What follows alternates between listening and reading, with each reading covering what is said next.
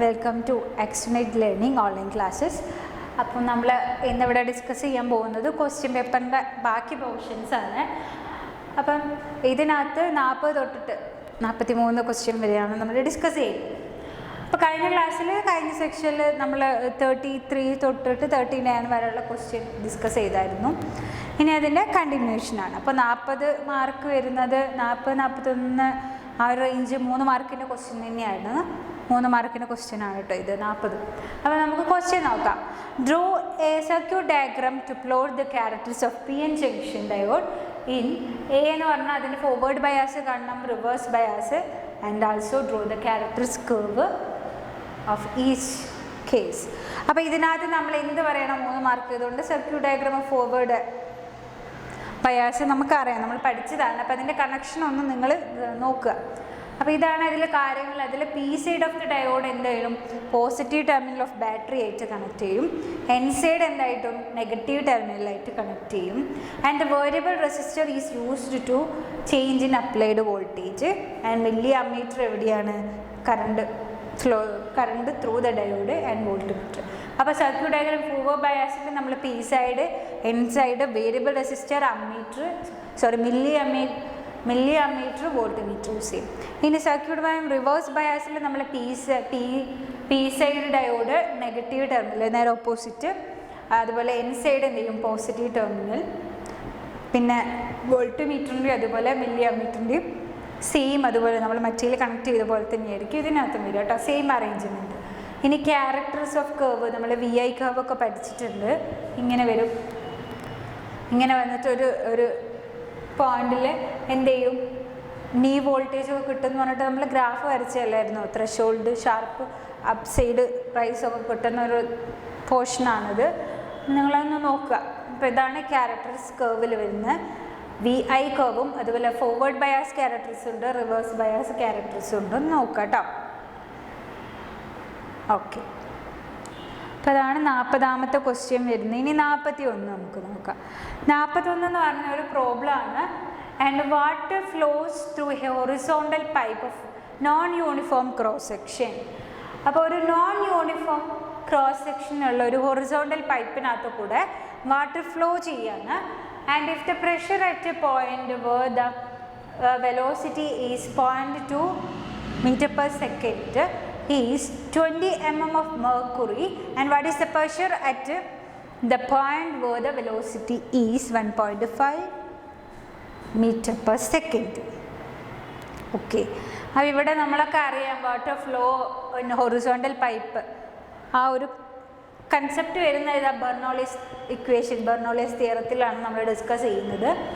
അപ്പോൾ അതിനകത്ത് നമ്മളൊരു equation പഠിച്ചായിരുന്നു, P1 + ½ ρV1² + P2 + ½ ρV2² എന്ന് പറഞ്ഞിട്ടുള്ള ഇക്വേഷൻ. അപ്പോൾ ഇതിനകത്ത് നമുക്ക് എന്തൊക്കെയാണ് തന്നത്? പ്രഷർ, അത് വെലോസിറ്റി തന്നിട്ടുണ്ട് അല്ലേ, V1 തന്നിട്ടുണ്ട്, V2 തന്നിട്ടുണ്ട്, വാട്ടറിൻ്റെ ഡെൻസിറ്റി നമുക്കറിയാം. ഓക്കെ, പിന്നെ മെർക്കുറിൻ്റെ ഡെൻസിറ്റി ഇവിടെ തന്നിട്ടുണ്ട് ഇതാ. ഓക്കെ, അപ്പോൾ നമുക്കിനി കണ്ടു നോക്കാം ഇതിലെന്താ കാണേണ്ടതെന്ന് പറഞ്ഞാൽ റൈറ്റ് ബെർണോളിസ് ഇക്വേഷൻ. ഹൊറിസോണ്ടൽ ഫ്ലോയിലുള്ള ബെർണോളിസ് ഇക്വേഷൻ ഫസ്റ്റ് എഴുതുക.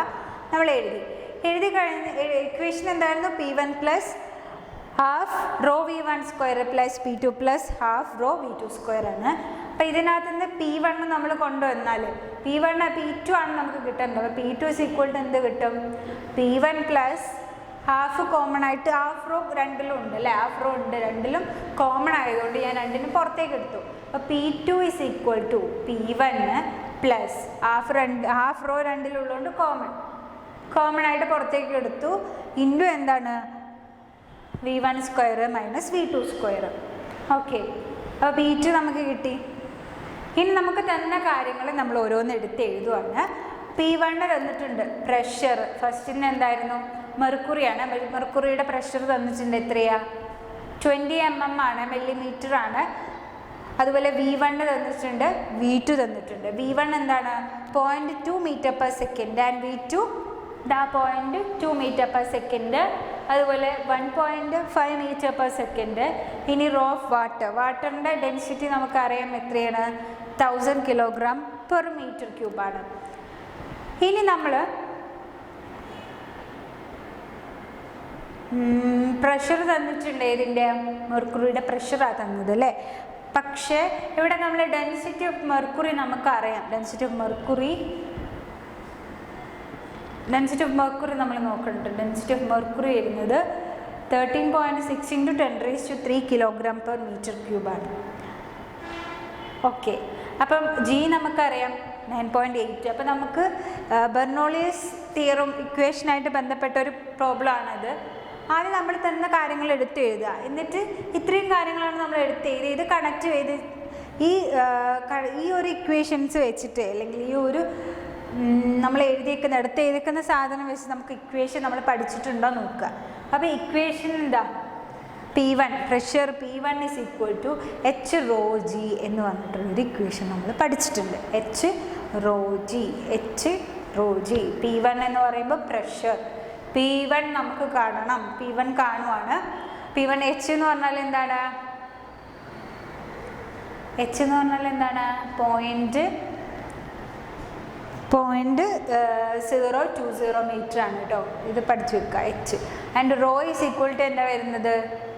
റോ നമ്മൾ density of mercury rho and G is 9.8 m/s. അപ്പോൾ നമ്മൾ ആദ്യം എന്ത് ചെയ്യുക? ഇതൊന്ന് മൾട്ടിപ്ലൈ ചെയ്യുക. അപ്പോൾ നമുക്ക് എത്ര കിട്ടും? എടാ ഈ ഇക്വേഷനിൽ 13.6 × 10⁻³ ഇതിന് ചെയ്താൽ നമുക്ക് എന്ത് കിട്ടും? ഇങ്ങനെ കിട്ടും, 13,600 കിട്ടും. അത്രയും ടൈംസ് ഓഫ് 9.8 ഇത് ഇൻറ്റു, അതായത് ഇത് ഇൻറ്റു 9.8 മീറ്റർ ചെയ്തിട്ടുണ്ടെങ്കിൽ നമുക്ക് ഇതാണ് വാല്യൂ കിട്ടുക. ഇനി ഇത് ഇൻറ്റു ചെയ്താൽ ഫൈനൽ ആൻസർ എന്ത് കിട്ടും നമുക്ക്? 2666, അതായത് 2666 പാസ്കൽ ആയിരിക്കും നമുക്ക് കിട്ടുന്ന P1 എന്ന് പറഞ്ഞാൽ. ഓക്കെ, അപ്പോൾ P1 കിട്ടി. ഇനി നമുക്ക് ഡെൽറ്റ, അതായത് പ്രഷർ ഡിഫറൻസ് കാണണം. P1 കിട്ടിയില്ല, ഇനി അതിൻ്റെ ഡിഫറൻസ് കാണണം. അപ്പോൾ ഡെൽറ്റ P1 നമ്മൾ തൊട്ട് മുന്നേ കണ്ടെത്തിയിട്ടില്ലേ? ഡെൽറ്റ P1 എന്തായിരിക്കും ഇതിൽ വരിക? ഡെൽറ്റ P1 = ½ ഇൻറ്റു നമ്മൾ നേരത്തെ എഴുതിയായിരുന്നു.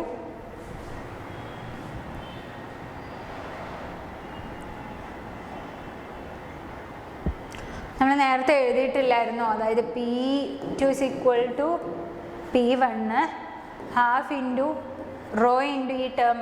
അപ്പോൾ അതിൽ P2 - P1 എന്ന് പറഞ്ഞാൽ എന്താണ്? ഡെൽറ്റ P ആണ് പ്രഷർ, ചേഞ്ച് ഇൻ പ്രഷർ. അപ്പോൾ നമുക്ക് ½ into density of water into V1 V2 substitute ചെയ്യുമ്പോൾ നമുക്ക് ഇങ്ങനൊരു വാല്യൂ കിട്ടുന്നതാണ്. ഓക്കെ, അപ്പോൾ നമുക്ക് ഇപ്പോൾ എന്തൊക്കെ കിട്ടി? ചേഞ്ചിങ് P2 ആണ് നമുക്ക് കാണേണ്ടത്. P2 കണ്ട് നമ്മൾ P1 കണ്ടു നേരത്തെ. P1 കണ്ടപ്പോൾ നമുക്ക് എത്ര കിട്ടി? 2666 കിട്ടി നേരത്തെ P1 കണ്ടപ്പം. ഇനിയിപ്പോൾ നമ്മൾ ഡെൽറ്റ P കണ്ടു, പക്ഷെ നമുക്ക് കാണാനുള്ളത് ആരാണ്? P2 ആണ് അല്ലേ. അപ്പോൾ ഡെൽറ്റ P എന്ന് പറഞ്ഞാൽ -11.1105 ആണ് നമുക്ക് കിട്ടിയത്. അപ്പം നമ്മൾ ചെയ്യേണ്ടത് P2 ആണ് നമുക്ക് കാണേണ്ടത്. P2 കാണാന്ന് പറഞ്ഞാൽ എന്താണ്? P1 + P2, അതായത് ഡെൽറ്റ P എന്ന് പറഞ്ഞാൽ എന്താടാ? P2 - P1 അല്ലേ. അപ്പോൾ ഇതിൽ P2 ആണ് നമുക്ക് കാണേണ്ടത്. P2 = എന്താണ്? P1 + ഡെൽറ്റ P എന്നാണ് ഇവിടെ തന്നത്. അപ്പോൾ നമ്മുടെ ഫൈനൽ ആൻസർ ഇത് കിട്ടും 1561 പാസ്കലാണ് നമുക്ക് കിട്ടുക. ഇനി നമ്മൾ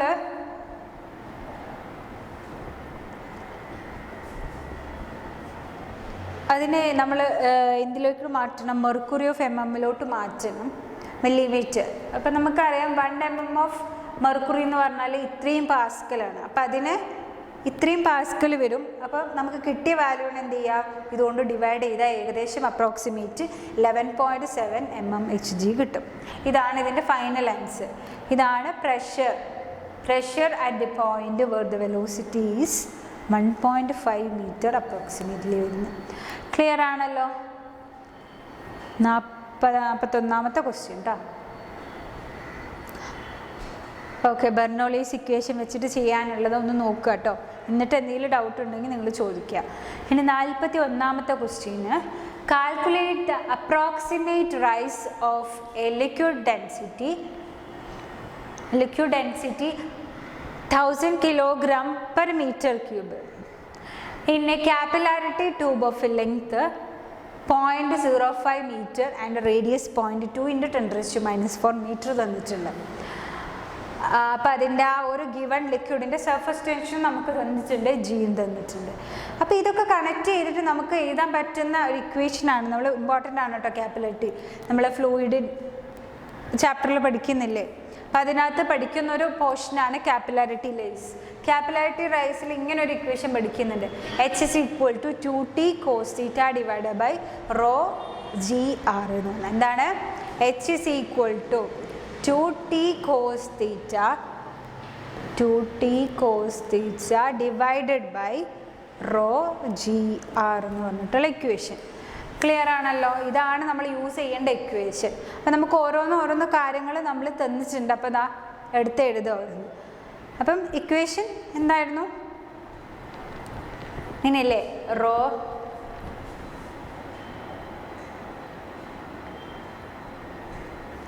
ഇക്വേഷൻ എങ്ങനെയാണ്? ρ=2T cos θ divided by ρgr.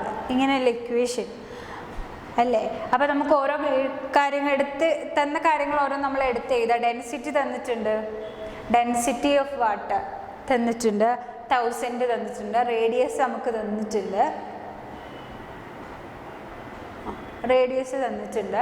അതുപോലെ സർഫസ് ടെൻഷൻ തന്നിട്ടുണ്ട്, ആക്സിലറേഷൻ ഡ്യൂ ടു ഗ്രാവിറ്റി. നേരിട്ട് സബ്സ്റ്റിറ്റ്യൂട്ട് ചെയ്യുക. സബ്സ്റ്റിറ്റ്യൂട്ട് ചെയ്ത് കഴിഞ്ഞിട്ടുണ്ടെങ്കിൽ നമുക്ക് ഏകദേശം എന്താ കിട്ടുന്ന വാല്യൂ ഇതായിരിക്കും, 0.727 മീറ്റർ ആയിരിക്കും അതിൻ്റെ കാപ്പിലാരിറ്റി റൈസ് ഹൈറ്റ്. അതല്ലേ നമ്മൾ കാണുന്നത്, 2 ×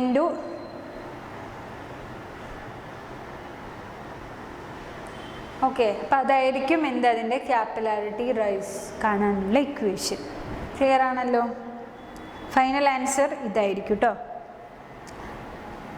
അപ്പം ഇക്വേഷൻ ക്വസ്റ്റ്യൻ നമ്പർ 14 41 ഒരു ക്വസ്റ്റ്യനാണ്, പ്രോബ്ലമാണ്. ഒന്ന് നോക്കുക കേട്ടോ, നിങ്ങൾ സബ്സ്റ്റിറ്റ്യൂട്ട് ചെയ്ത് നോക്കുക കേട്ടോ.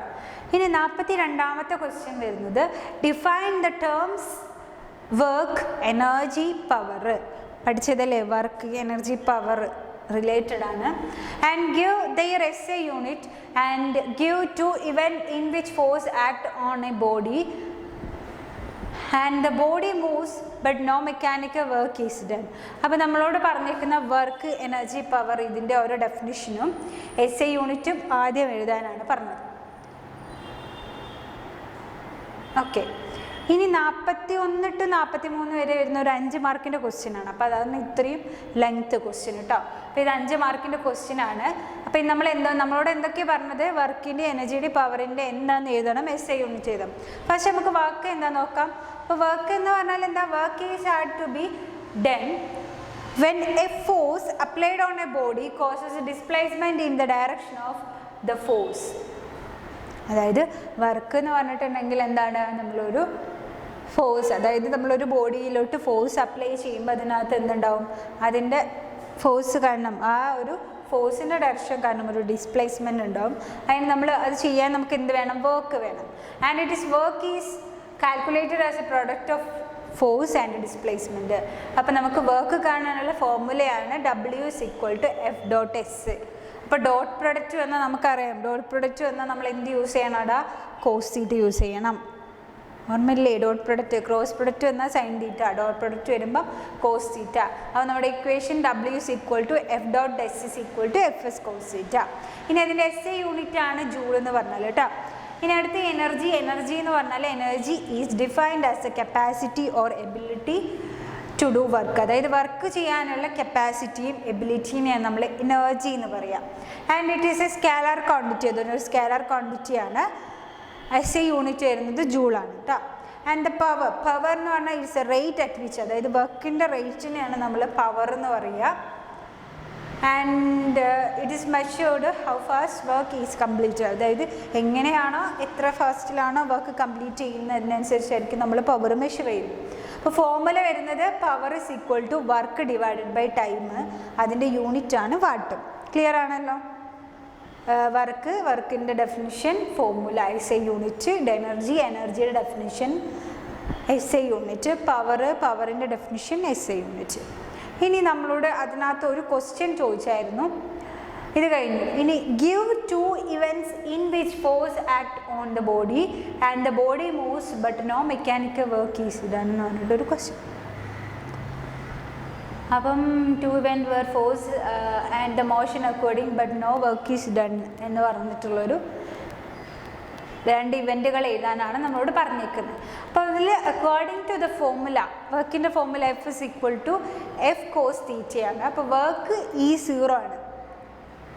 അപ്പോൾ ആംഗിൾ എന്തായിരിക്കും? ഫോഴ്സിൻ്റെയും ഡിസ്പ്ലേസ്മെൻറ്റിൻ്റെയും ഇടയിലുള്ള ആംഗിൾ എന്തായിരിക്കും? ഇടാ കോസ് തീറ്റ, അതായത് കോസ് 90 ആയിരിക്കും. അപ്പോൾ കോസ് 90 0 ആണ്. അപ്പോൾ വർക്ക് എന്തായി? അവിടെ 0 ആയില്ലേ? അപ്പം നമ്മളോട് ചോദിച്ചത് എന്താണ്? 2 ഇവൻറ്റിൽ ഫോഴ്സും മോഷനും ഒക്കറാണ്, പക്ഷെ നോ വർക്ക് ഈസ് ഡൺ. പക്ഷെ ഇവിടെ വർക്ക് ഇല്ലല്ലോ. കാരണം എന്താണ്? ഇവിടെ ആംഗിൾ തീറ്റ വരുന്നത് ഫോഴ്സിൻ്റെ ഡിസ്പ്ലേസ്മെൻറ്റിൻ്റെ ഇടയിലുള്ള ആംഗിൾ 90 ആകുമ്പം കോസ് 90 ഈസ് ഈക്വൽ ടു 0. അപ്പം അങ്ങനെ പറയാം. ഇനി ഇവൻ്റ് നോക്കാം. Event 1, a person carrying a heavy load and working horizontally work ചെയ്യാണ്. പക്ഷെ പേഴ്സൺ എന്താണ്? ഒരു ഹെവി ലോഡ് ക്യാരി ചെയ്യാണ്. അപ്പോൾ അതിൻ്റെ ഫോഴ്സ് എന്തായിരിക്കും? The person applied the upward force. അപ്പോൾ പേഴ്സൺ എന്തായിരിക്കും? ഒരു അപ്വേർഡ് ഫോഴ്സ് ഉണ്ടാവും ടു സപ്പോർട്ട്, ലോഡ് സപ്പോർട്ട് ചെയ്യാൻ ഒരു അപ്വേർഡ് ഫോഴ്സ് ഉണ്ടാവും അല്ലേ? ഗ്രാവിറ്റിക്ക് എഗെയിൻസ്റ്റ് ആയിട്ട് ഒരു ഫോഴ്സ് യൂസ് ചെയ്യുന്നുണ്ട്. ഇനി മോഷൻ എന്ന് പറഞ്ഞാൽ ദ ബോഡി, അതായത് ലോഡ് എന്ത് ചെയ്യുന്നുണ്ട്? ഹൊറിസോണലി മൂവ് ചെയ്യുന്നില്ലേ? അതായിരിക്കും മോഷൻ വരുന്നത്.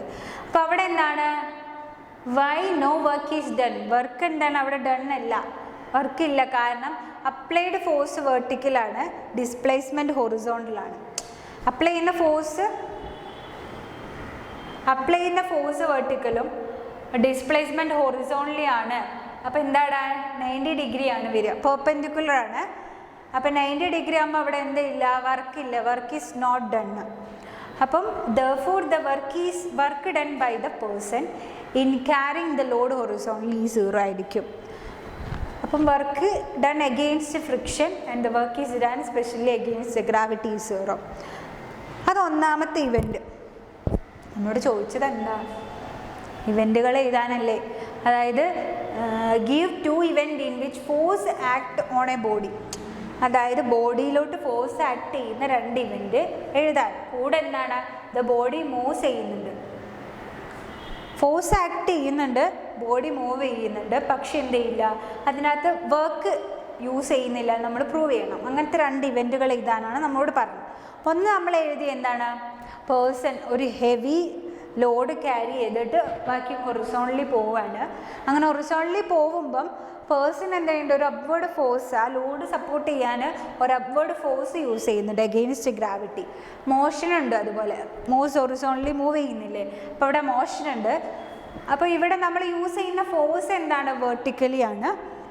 മോഷൻ എന്ന് പറയുമ്പോൾ ഹൊറിസോണലി ആണ്. അപ്പോൾ നമ്മുടെ ഡയറക്ഷൻ എന്തായി? പെർപെൻഡിക്കുലർ ആണ്. അപ്പോൾ 90 ഡിഗ്രി വരുന്നു. അപ്പോൾ ഇക്വേഷൻ വെച്ച് നോക്കുമ്പോൾ നമ്മൾ പറഞ്ഞു W is equal to Fs cos θ ആണ്. ഫോഴ്സും ഡിസ്പ്ലേസ്മെൻറ്റും ഇവിടെ 90 ഡിഗ്രി ആണ്. അപ്പോൾ കോസ് 90 0. അപ്പോൾ വർക്ക് എന്താണ്? അവിടെ ഇല്ല. ഇനി സെക്കൻഡ് ഇവൻറ്റ് നോക്കുക. A satellite moving in A circular orbit around the earth, അതായത് എർത്തിൻ്റെ സർക്കുലർ ഓർബിറ്റിൽ നമ്മൾ സാറ്റലൈറ്റ് അറൗണ്ട് ചെയ്യുകയാണെന്ന് വിചാരിക്കാം. അങ്ങനെ രണ്ടാമത്തെ ഇവൻറ്റ്. അപ്പോൾ അവിടുത്തെ ഫോഴ്സ് എന്ന് പറഞ്ഞാൽ the gravitational force of the earth act on the satellite. അപ്പോൾ നമ്മുടെ എർത്തിൻ്റെ ഗ്രാവിറ്റേഷണൽ ഫോഴ്സ് നമ്മൾ സാറ്റലൈറ്റിന് ആക്ട് ചെയ്യും. അപ്പോൾ അവിടെ എന്തായും? നമ്മുടെ അവിടെ പ്രൊവൈഡ് ചെയ്യും, ഒരു സെൻട്രിപെറ്റൽ ഫോഴ്സ് പ്രൊവൈഡ് ചെയ്യുമെന്ന് പറഞ്ഞു. സെൻട്രിപെറ്റൽ ഫോഴ്സ് പ്രൊവൈഡ് ചെയ്യും. അപ്പോൾ അവിടുത്തെ ഉണ്ടാകുന്ന മോഷൻ എന്ന് പറഞ്ഞാൽ സാറ്റലൈറ്റ് ഈസ് കോൺസ്റ്റൻറ്റ് മോഷൻ ആയിരിക്കും, ടാൻജൻഷ്യലി അലോങ് ഹിസ് ഓർബിറ്റ്. അപ്പോൾ നമുക്ക് നോക്കാം. നമ്മൾ പറഞ്ഞു സെൻട്രിപെറ്റൽ ഫോഴ്സ് ആണ്, സർക്കുലർ പാത്താണ്. സോ ദ ഗ്രാവിറ്റേഷണൽ ഫോഴ്സ് എന്തായിരിക്കും? റേഡിയലി ഇൻവേർഡ് ആയിരിക്കും. ഗ്രാവിറ്റേഷണൽ ഫോഴ്സ് റേഡിയലി ഇൻവേർഡ് ആകുമ്പം അവിടെ പെർപെൻഡിക്കുലർ ടു ഇൻസ്റ്റൻറ്റേനിയസ് ഡിസ്പ്ലേസ്മെൻറ്റ്, അവിടെ ഉണ്ടാവുന്ന ഫോഴ്സ് എന്തായിരിക്കും, ഡിസ്പ്ലേസ്മെൻറ്റിന് ഇൻസ്റ്റൻ്റലി പെർപെൻഡിക്കുലർ ആയിരിക്കും, പെർപെൻഡിക്കുലർ ആയിട്ടായിരിക്കും വരിക. അപ്പോൾ നമ്മുടെ ആംഗിൾ തീറ്റ എന്തായിരിക്കും, 90 ഡിഗ്രി ആയിരിക്കും വരിക. അപ്പോൾ എന്തായിരിക്കും, work done by the earth gravitational force on the സാറ്റലൈറ്റും 0 ആയിരിക്കും. അപ്പോൾ നമ്മൾ പ്രൂവ് ചെയ്തില്ലേ, എന്താ പ്രൂവ് ചെയ്ത്, satellite moving in a circular ഓർബിറ്റിൻ്റെ ഒരു ക്വസ്റ്റ്യനും അതുപോലെ person carrying in a heavy load, 2 ഇവൻറ്റുകൾ പറഞ്ഞു. 2 ഇവൻറ്റുകൾ പറയാൻ കാരണം അതിൽ ഫോഴ്സും മോഷനും പറയുന്നുണ്ട്, പക്ഷേ വർക്ക് ഡൺ ചെയ്യുന്നില്ല എന്ന ഒരു പോസിബിലിറ്റിയാണ് അവിടെ നമുക്ക് പറയേണ്ടത്. ഓക്കെ, അപ്പോൾ ഇതാണ് ആ ഒരു 42 2 ക്വസ്റ്റ്യൻസ് വരുന്നുണ്ട്. ഓർ ക്വസ്റ്റ്യന് വരുന്നുണ്ട്, ഒന്നാമത്തെ ക്വസ്റ്റ്യൻ ഉണ്ട് കേട്ടോ.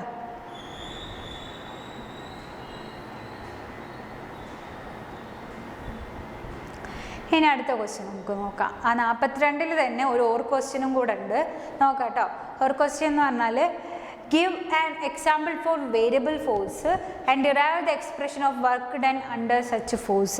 നമ്മളോട് വേരിയബിൾ ഫോഴ്സ് എന്താണെന്നാണ് ചോദിച്ചത്, അതിൻ്റെ പിന്നെ വർക്ക് ഡൺ അണ്ടർ സച്ച് ഫോഴ്സിൻ്റെ എക്സ്പ്രഷനും. ഇനി എക്സാമ്പിൾ ഓഫ് വേരിയബിൾ ഫോഴ്സ് എന്ന് പറഞ്ഞാൽ സപ്പോർട്ടിങ് എ സ്ട്രിങ് നമ്മൾ എന്ത് ചെയ്യുന്നത്, എ സ്ട്രിങ് ഈ സ്ട്രെച്ച്ഡ് ഓർ കംപ്രസ്ഡ്, സ്ട്രിങ് നമ്മൾ സ്ട്രെച്ച് ചെയ്യുമോ കംപ്രസ് ചെയ്യുമോ എന്ന് വിചാരിക്കുക. അപ്പോൾ അവിടുത്തെ റീസ്റ്റോറിങ് ഫോഴ്സ് എന്തായിരിക്കും, ആ സ്ട്രിങ്ങിൽ എക്സേർട്ട് ചെയ്യുന്ന റീസ്റ്റോറിങ് ഫോഴ്സ്, ആ സ്ട്രിങ്ങിൽ എന്ത് ചെയ്യും, ഒരു റീസ്റ്റോറിങ് ഫോഴ്സ് എക്സേർട്ട് ചെയ്യും ബൈ ഉക്സ് ലോ നമ്മൾ പഠിച്ചിട്ടുണ്ട്. ഉക്സ് ലോ ബേസ് ചെയ്തുമ്പോൾ അവിടെ എന്തുണ്ടാവും, റീസ്റ്റോറിങ് ഫോഴ്സ് ഉണ്ടാവും. അതിന് ഒരു എക്സാമ്പിളാണ്, വേരിയബിൾ ഫോഴ്സിൻ്റെ എക്സാമ്പിളാണ് ഇപ്പോൾ ഈ പറഞ്ഞത്. അപ്പോൾ അവിടെ ഉണ്ടാകുന്ന force Fx is equal to -kx ആയിരിക്കും. എക്സ് എന്ന് പറഞ്ഞാൽ, കെ എന്ന് പറഞ്ഞാൽ സ്പ്രിങ് കോൺസ്റ്റൻറ്റ്, എക്സ് എന്ന് പറയുമ്പോൾ അതിൻ്റെ ഡിസ്പ്ലേസ്മെൻറ്റ് ഫ്രം ഇക്വിലിബ്രിയം ആയിരിക്കും. ഓക്കെ, ഇനി this is the variable force, magnitude is depend. ഇതാണ് വേരിയബിൾ ഫോഴ്സിൻ്റെ എക്സാമ്പിളാണ് ഇത്. സ്പ്രിങ് എന്ത് ചെയ്യുക, സ്ട്രെച്ച് ചെയ്യുക അല്ലെങ്കിൽ കംപ്രസ് ചെയ്യുകയോ ചെയ്യാം. അപ്പോൾ അവിടെ എന്തുണ്ടാവും, ഉക്സ് ലോ പ്രകാരം സ്പ്രിങ് എന്ത് ചെയ്യും, ഒരു റീസ്റ്റോറിങ് ഫോഴ്സ് എക്സേർട്ട് ചെയ്യും. ആ ഫോഴ്സ് ആണ് Fx is equal to -kx, ഓരോന്ന് എന്താണെന്ന് എഴുതി. ഇനി നമ്മൾ work done by the variable force എന്താണെന്ന് പറഞ്ഞാൽ ആ വേരിയബിൾ ഫോഴ്സിൻ്റെ വർക്ക് ഡണ്ണിൻ്റെ എക്സ്പ്രഷൻ എഴുതണം. ആൻഡ് വർക്ക് ഡണ്ണ് നമുക്കറിയാം W is equal to ∫F.dx ആണ് അല്ലേ. അപ്പോൾ നമ്മൾ എടുക്കുന്നത് ഡിസ്പ്ലേസ്മെൻറ്റ് ഫ്രം എന്താണ്, x1 to x2 ആണ് നമ്മൾ ലിമിറ്റ് എടുക്കുന്നത്. അപ്പോൾ W is equal to limit x tends to x2 f(x) is into dx എന്ന് കിട്ടി. ഇനി f(x) എന്ന് പറഞ്ഞാൽ -kx ആണ്, നമ്മളിവിടെ എഴുതിയില്ല, ഇതാ f(x) എന്ന് പറഞ്ഞാൽ -kx ആണ്. അത് നമ്മളിവിടെ സബ്സ്റ്റിറ്റ്യൂട്ട് ചെയ്യുക, -kx സബ്സ്റ്റിറ്റ്യൂട്ട് ചെയ്തു. പിന്നെ നമ്മളിവിടെ യൂസ് ചെയ്യുന്ന x1 എന്ന് പറഞ്ഞാൽ 0 ആയിരിക്കും. x1 ഈസ് ഈക്വൽ ടു 0 ആണ്, x1 എന്താണ് 0 ആണ്. അപ്പോൾ നമ്മുടെ ഇക്വേഷൻ എന്തായിട്ട് വരും, W is equal to 0 to x -kx dx. -k constant ആണ്, സ്പ്രിങ് കോൺസ്റ്റൻറ്റ് പുറത്തേക്ക് എടുത്തു k. ഇനി നമ്മൾ എന്ത് ചെയ്തു, എക്സിനെ നമ്മൾ ഇൻ്റഗ്രേറ്റ് ചെയ്തു. എക്സിനെ ഇൻ്റഗ്രേറ്റ് ചെയ്താൽ എന്ത് കിട്ടുമടാ, ഇൻ്റഗ്രൽ എക്സ് എന്താണ്, x²/2 ആണ് അല്ലേ. അപ്പം x²/2 ലിമിറ്റ് കൊടുക്കും 0 to x. അപ്പോൾ നമുക്ക് വാല്യൂ എന്ത് കിട്ടും, 1/2 എന്ന് കിട്ടും. So the answer is W is equal to -k -12kx² എന്ന് കിട്ടും. നെഗറ്റീവ് സൈന് വരും അല്ലേ. അപ്പോൾ നമ്മുടെ ഇക്വേഷൻ നമ്മുടെ എക്സ്പ്രഷൻ എന്താ, W is equal to -12kx². അപ്പോൾ നെഗറ്റീവ് സൈൻ എന്താണെന്നാണ് പറയുന്നത്. The negative sign is indicate that spring restoring force does work against the direction of displacement. അപ്പോൾ ഡയറക്ഷൻ ഓഫ് ഡിസ്പ്ലേസിന് എഗെയിൻസ്റ്റ് ആയിട്ട് സ്പ്രിങ് ഒരു റീസ്റ്റോറിങ് ഫോഴ്സ് ഉണ്ടാക്കുന്നുണ്ട്. അതിൻ്റെ സൈനാണ് നെഗറ്റീവ് സൈൻ കേട്ടോ. അപ്പോൾ അത് ഒഴിവാക്കി കഴിഞ്ഞാൽ നമുക്ക് W is equal to ½ kx² എന്ന് കിട്ടും. ഓക്കെ, അപ്പോൾ ഫൈനൽ ആൻസർ നമ്മളിവിടെ എഴുതിയിട്ടുണ്ട്, ½ kx², x2² -x1². അപ്പോൾ ഇതാണ് നമ്മുടെ ക്വസ്റ്റ്യൻ. ഓക്കെ, അപ്പോൾ നമ്മൾ ഇന്നിവിടെ ഡിസ്കസ് ചെയ്ത ഏതായിരുന്നു, 41ാമത്തെ question തൊട്ടല്ലേ, 40ാമത്തെ question തൊട്ടല്ലേ.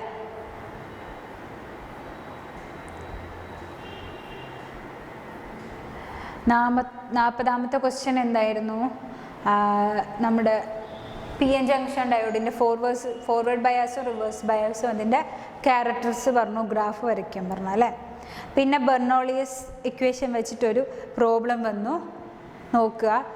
Then next one capillarity rise equation നോക്കണേ, ഇമ്പോർട്ടൻ്റ് ആണ്. ക്യാപ്പിലാരിറ്റി റൈസിൻ്റെ പ്രോബ്ലം തന്നു. പിന്നെ നമ്മളോട് വർക്ക്, പവർ, അതുപോലെ എനർജി ഇതിൻ്റെ ഡെഫിനിഷനും SI യൂണിറ്റും ചോദിച്ചു. പിന്നെ 2 ഇവൻ്റ് പറഞ്ഞു. ഇവൻ്റ് എങ്ങനെ ഉണ്ടാക്കേണ്ടത്? ഫോഴ്സും വേണം മോഷനും വേണം, പക്ഷെ വർക്ക് ഉണ്ടാകാൻ പാടില്ല. 2 ഇവൻ്റ് പറഞ്ഞു.